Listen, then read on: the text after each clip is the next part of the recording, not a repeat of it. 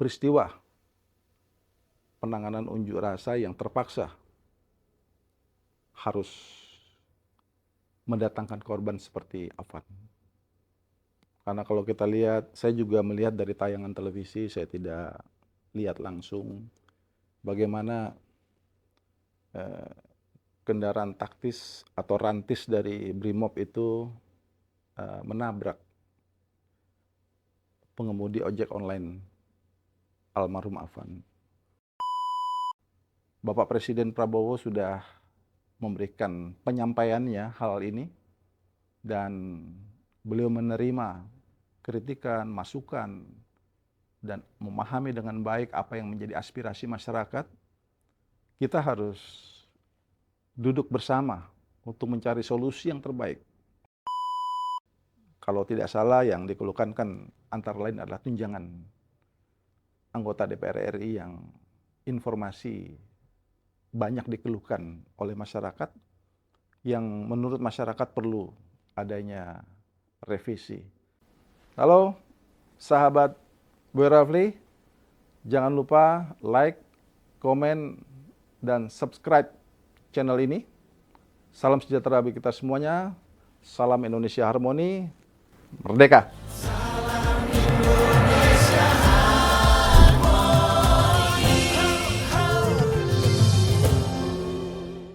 Assalamualaikum warahmatullahi wabarakatuh.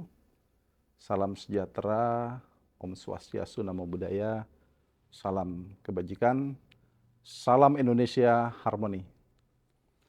Pada pagi hari ini, puji syukur kepada Tuhan, Allah Subhanahu wa Ta'ala, kita semua bangsa Indonesia diberikan kesehatan, diberikan kehidupan oleh Tuhan di negara yang luar biasa. Negara yang sangat besar, negara makmur, negara yang tentunya menjadi surga bagi kita semuanya. Pada pagi hari ini, saya, Boy Rafli Amar. Jadi, kesempatan ini adalah pertama, saya berkesempatan untuk berbicara kembali dalam hal konteks kepada masyarakat, kepada publik, setelah saya memasuki purna tugas dari Badan Nasional Penanggulangan Terorisme Republik Indonesia. Saya selesai bertugas di tahun 2023, tepatnya tanggal 1 April yang lalu, dan selama 2 tahun terakhir banyak aktif di berbagai organisasi kemasyarakatan, sifatnya memberikan kuliah umum di berbagai perguruan tinggi, dan juga tentu aktif di berbagai cabang olahraga yang ada di negara kita. Dalam konteks sebagai pengurus, ataupun kita berolahraga bersama-sama masyarakat. Demikian juga tentunya sebelum di BNPT RI, saya juga bertugas 32 tahun di Kepolisian Negara Republik Indonesia. Beberapa tugas yang memang mungkin dikenal oleh masyarakat pada waktu itu adalah hampir 7 tahun saya bertugas di bidang kehumasan Polri. Jadi saya bertugas sebagai juru bicara Polri. Setidak-tidaknya saya mulai tahun 2009 sampai dengan 2014, kemudian 2016, 2017. Jadi hampir total itu 7 tahun. Jadi banyak juga merasakan, memahami apa yang sebenarnya diinginkan oleh masyarakat kita, masyarakat Indonesia, terutama adalah dalam pelayanan publik yang dilaksanakan oleh Kepolisian Negara Republik Indonesia. Hari ini saya mendapatkan beberapa dorongan, masukan dari berbagai kalangan untuk coba kembali menyampaikan, membangun sebuah narasi-narasi yang positif kepada masyarakat Indonesia yang tentunya ini adalah bagian dari upaya literasi kita. Bangsa Indonesia membutuhkan literasi yang sangat eh, penting dalam rangka membangun adab kita, utamanya dalam berkomunikasi di antara sesama masyarakat, di antara masyarakat dengan eh, masyarakat sendiri tentunya, maksud saya, di antara pemerintah dengan masyarakat. Jadi komunikasi vertikal, komunikasi horizontal yang dilaksanakan ini, kita menyadari bahwa begitu penting kita menjalin komunikasi yang konstruktif, kondisi yang baik. Nah, ketika saya bertugas di Badan Nasional Penanggulangan Terorisme, tagline yang selalu saya gaungkan dimanapun kita bertugas, berada di tengah-tengah masyarakat adalah Indonesia Harmoni. Indonesia Harmoni adalah sebuah kebutuhan kita. Kebutuhan bersama, kebutuhan kita sebagai bangsa Indonesia yang kita tahu kita sudah 80 tahun merdeka. Bulan lalu kita baru saja merayakan itu dan kita merasakan kemajuan-kemajuan yang dialami oleh kita semuanya.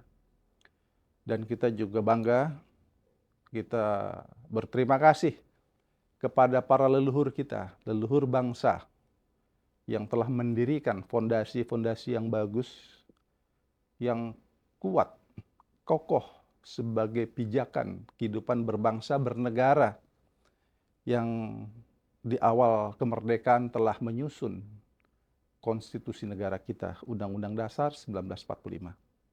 Di mana kita tahu bahwa di dalam Undang-Undang Dasar 1945 itu ada 4 tujuan negara yang merupakan pekerjaan kita bersama, pemerintah dan masyarakat. Yang pertama, negara wajib melindungi segenap tumpah darah dan bangsa Indonesia. Yang kedua, memajukan kesejahteraan umum. Yang ketiga, tentunya mencerdaskan kehidupan bangsa. Dan keempat, yang luar biasa ini juga turut dalam melaksanakan perdamaian dunia, yang tentunya di dalam pelaksanaannya dilandaskan kepada nilai-nilai Pancasila. Ketuhanan yang Maha Esa, kemanusiaan yang adil dan beradab, persatuan Indonesia, kerakyatan yang dipimpin oleh hikmat kebijaksanaan dalam permusyawaratan perwakilan, dan keadilan sosial bagi seluruh rakyat Indonesia.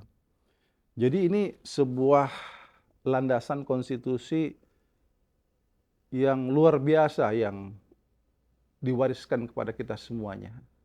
Tidak semua negara memiliki konstitusi yang begitu baik, begitu tangguh ya.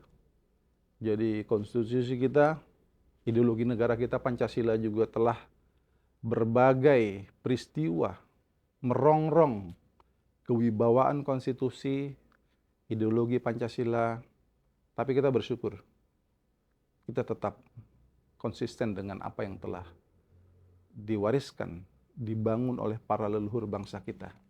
Ini adalah modal kita untuk menjadi bangsa yang besar. Artinya tantangan demi tantangan, baik itu terkait tantangan domestik, tantangan global, kita bisa lalui dengan luar biasa. Dan kita menjadi negara demokrasi keempat terbesar hari ini di Indonesia, di dunia. Jadi bukan di Indonesia, tapi di dunia. Kita adalah negara demokrasi terbesar keempat ya. Jadi ini adalah sebuah kondisi yang patut kita syukuri.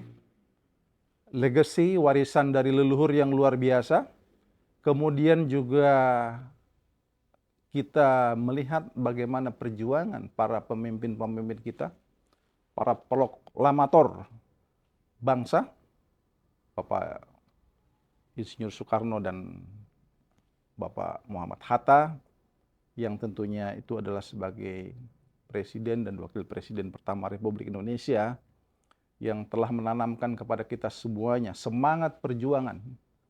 Yang dibutuhkan hari ini adalah memelihara daya juang yang tentunya Banyak sekali tantangannya.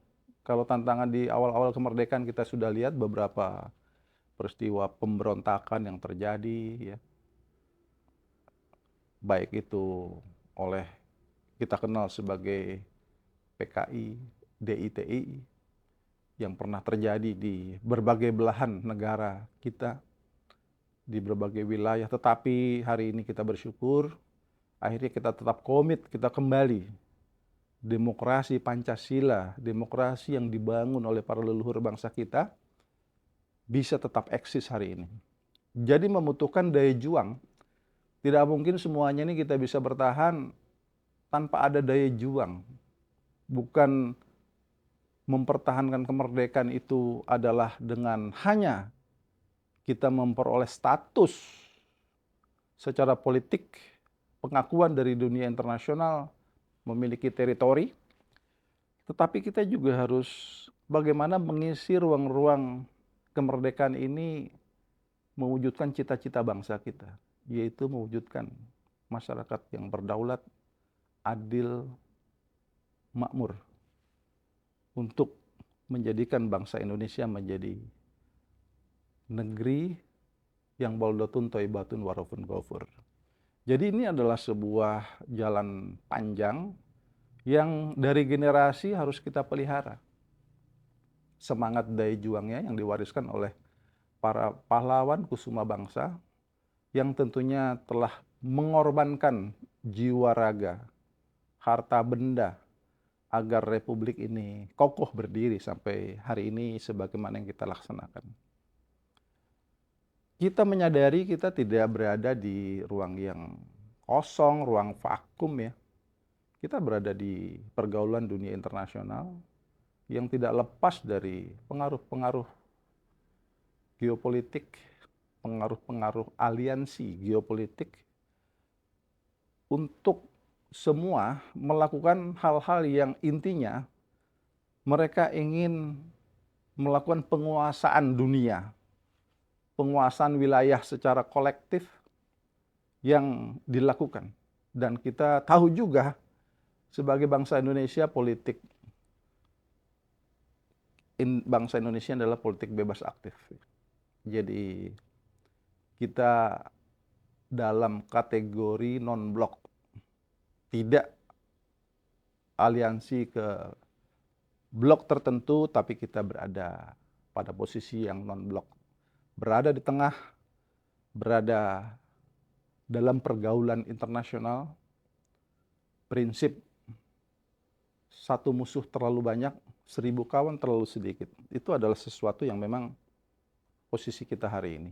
Jadi, di dalam membangun bangsa ini, maka hubungan-hubungan kita secara internasional memang menjadi sebuah keniscayaan yang tidak bisa dihindari, sepanjang itu memberikan dukungan kepada kita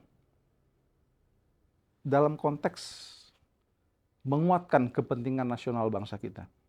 Kepentingan nasional bangsa kita adalah bagaimana seluruh ruang wilayah, potensi sumber daya mineral, sumber daya manusia, sumber daya alam maksud saya, mineral yang keseluruhan ini, itu bisa menjadi sebuah aset bangsa dalam mewujudkan kesejahteraan bangsa yang merupakan cita-cita proklamasi yang dicanangkan oleh para leluhur bangsa. Ini memerlukan sebuah kekuatan, sebuah dorongan, tekad, kegigihan dalam melahirkan sebuah kekuatan yang bisa kita sebut sebagai sebuah ketahanan nasional bangsa kita. Jadi dengan gugusan pulau-pulau, dengan beragam suku bangsa, karakteristik di negara kita yang luar biasa kebinekaannya. Kalau kita lihat dari Sabang sampai Merauke itu kan suatu wilayah teritori yang sangat luas sekali, memerlukan setidak-tidaknya 7 jam dengan pesawat terbang, jet untuk bisa terbang dari Sabang sampai Merauke, non-stop. Jadi sebuah wilayah yang kita tahu kalau kita berada di, katakanlah di benua Eropa, terbang sebentar kita sudah pindah ke negara lain. Tetapi itulah kekayaan wilayah kekayaan alam kita yang harus kita rawat bersama. Keberagaman dari suku bangsa yang lebih dari 1.200 ya. Demikian juga 1.200 suku bangsa ini adalah besar dan kecil tentunya. Demikian juga bahasa, keragaman budaya yang luar biasa, keragaman dari segala bentuk karakter, termasuk tentunya di dalamnya adalah kaitan masalah makanan yang begitu beragam. Jadi keberagaman ini, kebinekaan bangsa kita, tentu itu adalah kita yakini sebagai sebuah kekayaan yang anugerah dari Tuhan Allah Subhanahu wa taala yang harus kita jaga. Nah, oleh karenanya tagline Indonesia Harmoni ini menjadi sebuah upaya ikhtiar membangun narasi-narasi yang mengarah agar perbedaan-perbedaan, kebinekaan yang kita hadapi hari ini itu bisa tetap dalam posisi hubungan yang baik, hubungan kondusif di antara perbedaan di antara kita semuanya, hubungan yang harmoni, hubungan yang saling menghormati, hubungan yang saling bertoleransi di antara kita semuanya, hubungan yang memberikan ruang agar ikhtiar kita semuanya dalam mensejahterakan bangsa ini menjadi lebih baik lagi jalannya. Karena kita tahu kekayaan keberagaman itu juga memiliki sebuah kondisi yang sangat rentan kita semuanya untuk bisa dipecah belah, untuk kita semua diadu domba, karena bukan sedikit pihak-pihak yang tidak menginginkan bangsa Indonesia ini pecah belah. Karena bentuknya archipelago, kepulauan. Suku bangsanya sedemikian rupa, bahasanya juga beragam. Tetapi sekali lagi yang kita patut syukuri, kok bisa para leluhur bangsa kita, dan bahkan ini bukan saja di era kemerdekaan ya, ketika jauh sebelum merdeka, Sumpah Pemuda 1928. Para tokoh-tokoh pemuda, jadi saya mundur lagi nih, agak jauh ke belakang karena untuk menyadari kepada kita semua, bagaimana para pemuda-pemuda kita dari Sumatera, dari Jawa, dari Kalimantan, dari Maluku, Papua bisa bersatu padu, bertekad bertanah air satu, tanah air Indonesia. Berbangsa satu, bangsa Indonesia, dan berbahasa satu. Bahasa persatuan, bahasa Indonesia. Coba kita bayangkan tahun 1948, maaf 1928, era itu belum ada alat komunikasi seperti hari ini, belum ada WhatsApp, belum ada Telegram, belum ada handphone apalagi ya. Jadi para leluhur bangsa kita itu, para pejuang-pejuang di masa lalu itu sudah bisa menyatukan para pemuda-pemudi yang dari seluruh Indonesia, yang gimana mereka bisa mengkomunikasikan itu. Padahal di era masa kolonialisme. Nah, ini kalau kita flashback lagi ke belakang. Nah, oleh karena itu dapat dipastikan kita adalah bangsa yang memiliki DNA-nya pejuang. Pejuang yang memperoleh kemerdekaan dengan jerih payah, dengan segala pengorbanan jiwa raga, tetapi hari ini kita bisa merasakan itu. Kembali ke keberagaman yang kita hadapi hari ini, maka tidaklah berlebihan kalau saya katakan dari orang-orang atau siapa saja bangsa-bangsa di dunia ini yang bisa saja cemburu melihat kondisi kita hari ini. Memiliki sumber daya alam yang luar biasa, berbeda-beda, tetapi kita bisa tetap satu. Saya bukan membandingkan, ada negara yang hari ini suku bangsanya lebih sedikit dari kita, mungkin tidak lebih dari 10. Saya katakan saja contoh, satu saja Afghanistan ya. Suku bangsanya tidak sebesar kita yang ribuan. Tetapi perang saudara, mayoritas satu agama Islam, perang saudara. Karena apa? Karena dia tidak diwarisi ideologi persatuan.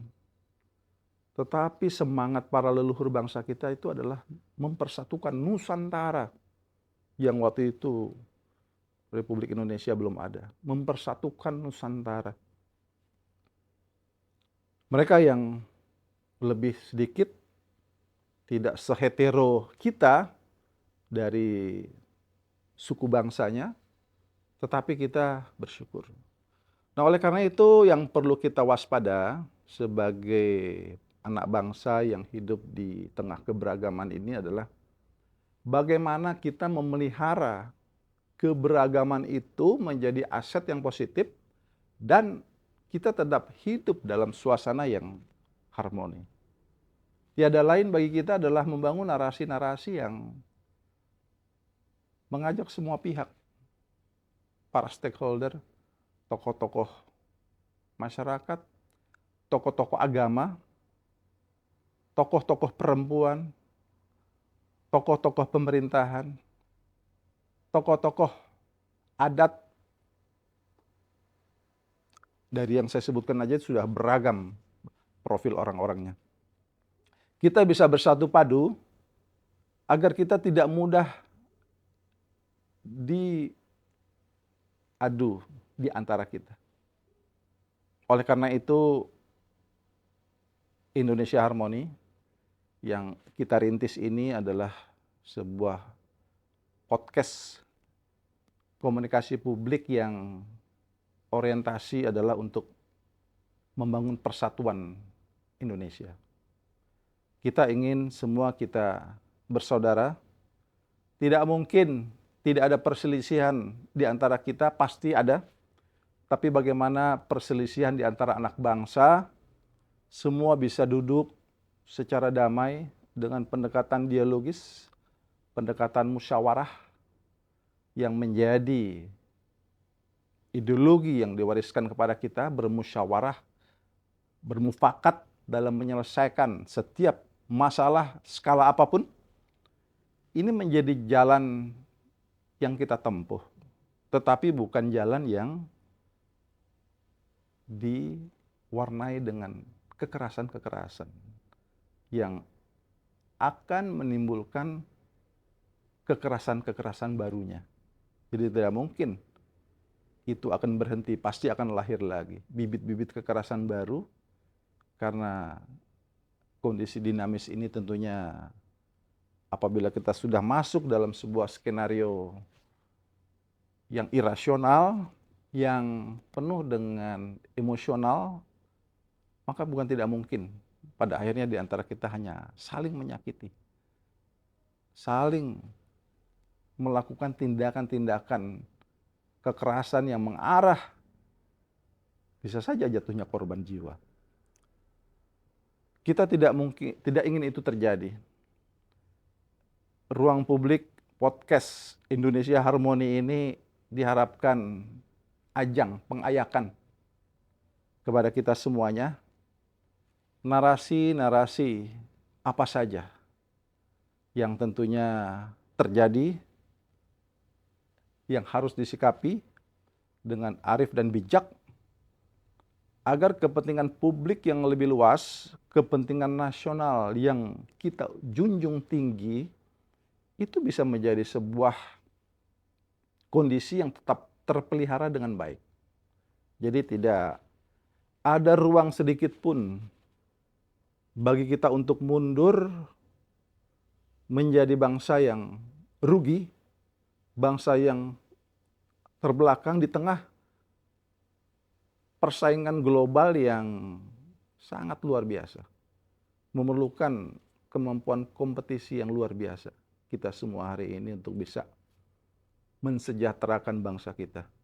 Kita tidak bisa hanya bekerja parsial, kita harus bekerja kolektif dengan pendekatan kolaborasi, bersinergi, agar semua komponen bangsa bisa memanfaatkan sumber daya yang kita miliki, baik itu kekayaan alam, baik itu dengan sumber daya manusia yang hari ini sudah masuk bonus demografi. Jadi usia produktif itu lebih dominan daripada yang non produktif. Kita ingin di era bonus demografi ini jangan sampai menjadi bencana demografi. Karena apa?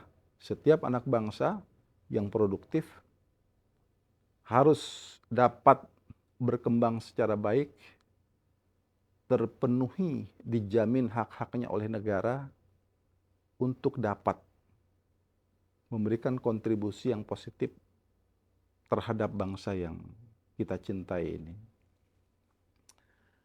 Menyikapi hari-hari yang terjadi saat ini, beberapa hari lalu kita melihat ada peristiwa unjuk rasa, demonstrasi, dan kita juga berbelasungkawa yang mana di dalam penanganan unjuk rasa ini juga mendatangkan korban jiwa, yaitu seorang anak bangsa, anak muda yang gugur dalam tugasnya sebagai petugas ojek online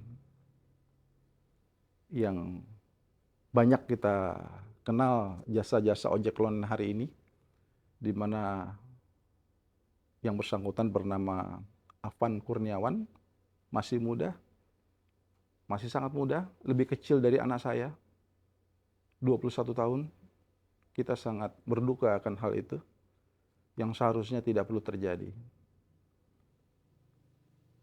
Kita doakan semoga Afan Kurniawan bisa dengan tenang berada di sisi Tuhan Allah Subhanahu wa taala tentunya. Dia gugur dalam tugasnya malam itu, dan kita juga sangat menyayangkan peristiwa penanganan unjuk rasa yang terpaksa harus mendatangkan korban seperti Afan.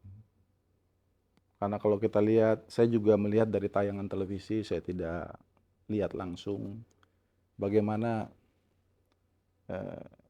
kendaraan taktis atau rantis dari Brimob itu menabrak pengemudi ojek online almarhum Afan. Ini sebuah peristiwa, saya yakin institusi kepolisian tidak menginginkan hal itu terjadi, karena prinsip penanganan unjuk rasa itu adalah menangani, memberikan pelayanan kepada unjuk rasa, dan memang ada dinamika. Dinamika yang terjadi ini memang harus ditangani secara terukur, secara tegas, karena apalagi kalau sudah mengarah aksi-aksi anarkis itu, maka prosedur penggunaan kekerasan secara terukur dan tegas wajib dilakukan oleh aparat. Namun yang terjadi, kita yakin ini adalah sebuah musibah yang tidak diinginkan, baik mereka yang mengendarai kendaraan taktis itu maupun tentunya oleh almarhum sendiri. Ini adalah sebuah peristiwa yang tidak lepas dari kekuasaan Tuhan. Kekuatan Allah lah yang mengatur terjadinya peristiwa itu. Tetapi di tengah kedukaan kita yang mendalam akan peristiwa itu, pada kesempatan ini juga kepada teman-teman kepolisian saya menghimbau, hendaknya mari kita kedepankan upaya-upaya persuasif, dialogis dalam penanganan unjuk rasa.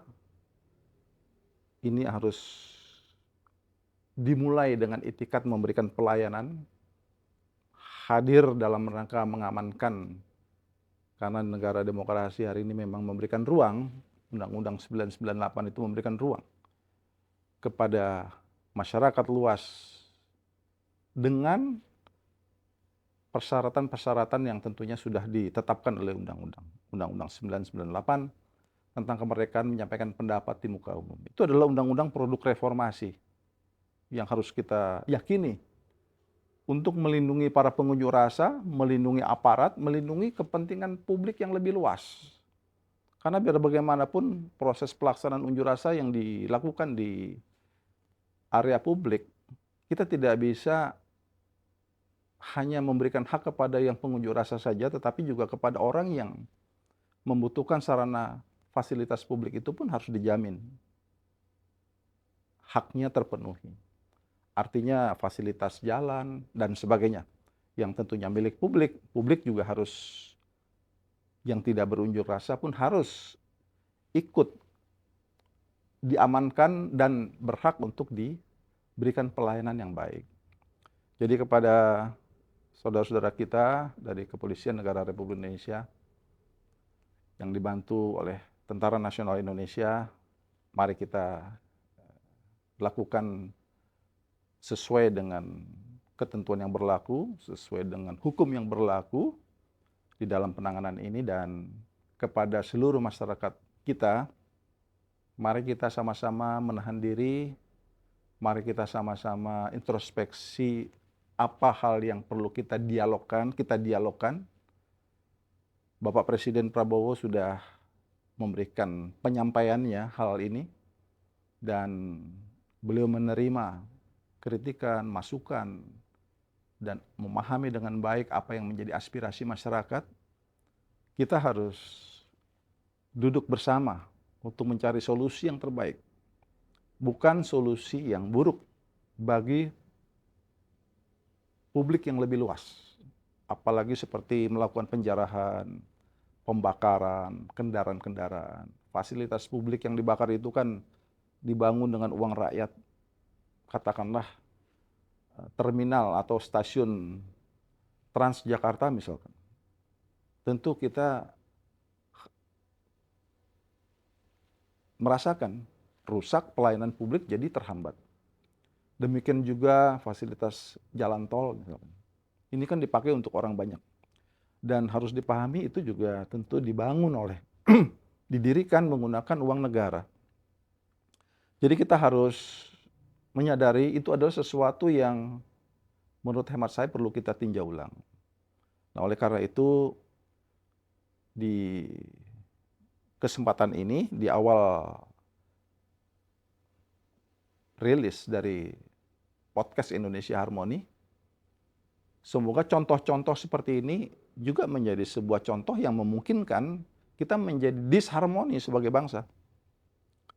Kalau kita disharmoni sebagai bangsa, yang rugi ya kita semuanya. Uang negara habis untuk menyelesaikan ekses dari konflik yang terjadi. Tetapi kalau kita bisa duduk dengan tenang, kita bisa bermusyawarah, dan saya yakin pemerintah juga sudah mulai memberikan sinyal-sinyal sangat positif untuk merespon apa yang dikeluhkan. Kalau tidak salah yang dikeluhkan kan antara lain adalah tunjangan anggota DPR RI yang informasi banyak dikeluhkan oleh masyarakat, yang menurut masyarakat perlu adanya revisi. Saya dengar itu sudah ada respon-respon dari para pimpinan-pimpinan dewan dan juga dari unsur-unsur pemerintah. Oleh karena itu, banyak lagi isu-isu yang akan menjadi masalah di antara kita, yang tentunya harus kita selesaikan dengan kepala yang dingin, dengan tenang, tanpa harus kita melakukan aksi-aksi kekerasan yang merugikan. Kepada seluruh tokoh-tokoh masyarakat, tokoh-tokoh politik, kita harapkan bisa bersatu padu.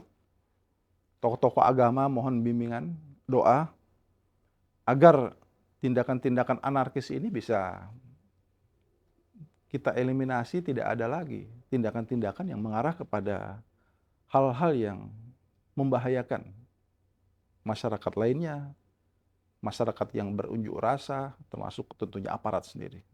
Dan kita juga prihatin beberapa korban jiwa lainnya sebagai dampak ekses ini yang berada di Makassar, yang berada di Bandung, para petugas kepolisian yang juga menjadi korban. Ini adalah sesuatu kondisi yang membuat kita menjadi rugi, menjadi hilang, dan dampak lebih luas lagi, berita-berita tentang apa yang terjadi ini direspon secara negatif dari pihak-pihak yang berada di luar negeri, dari negara-negara tetangga. Jadi saya menghimbau Indonesia Harmoni memerlukan sebuah saling pengertian, toleransi, untuk kita memilih jalan yang terbaik. Jangan sampai di antara kita malah terjebak, terprovokasi, dan ini memang bisa menjadi sebuah kondisi yang didesain oleh pihak-pihak tertentu. Oleh karena itu, dengan kerendahan hati saya, Boy Rafli Amar, di awal mendirikan podcast Indonesia Harmoni ini, mari kita sama-sama bangun negara kita yang sedang berjuang untuk menjadi negara maju. Berjuang menjadi negara maju memerlukan semangat persatuan di antara kita. Memerlukan semangat kebersamaan, memerlukan semangat rela berkorban.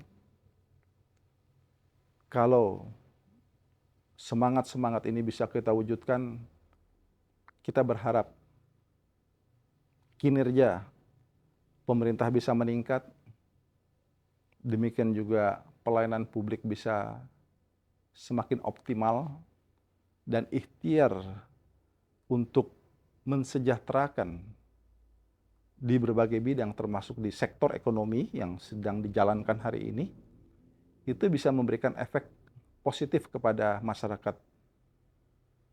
Indonesia, kepada kita semuanya. Generasi-generasi muda hari ini yang menanti keteladanan kita semuanya yang tentunya sudah, apalagi saya sudah tidak muda, saya sudah berusia 60 tahun hari ini, dan keinginan saya adalah bagaimana anak-anak muda Indonesia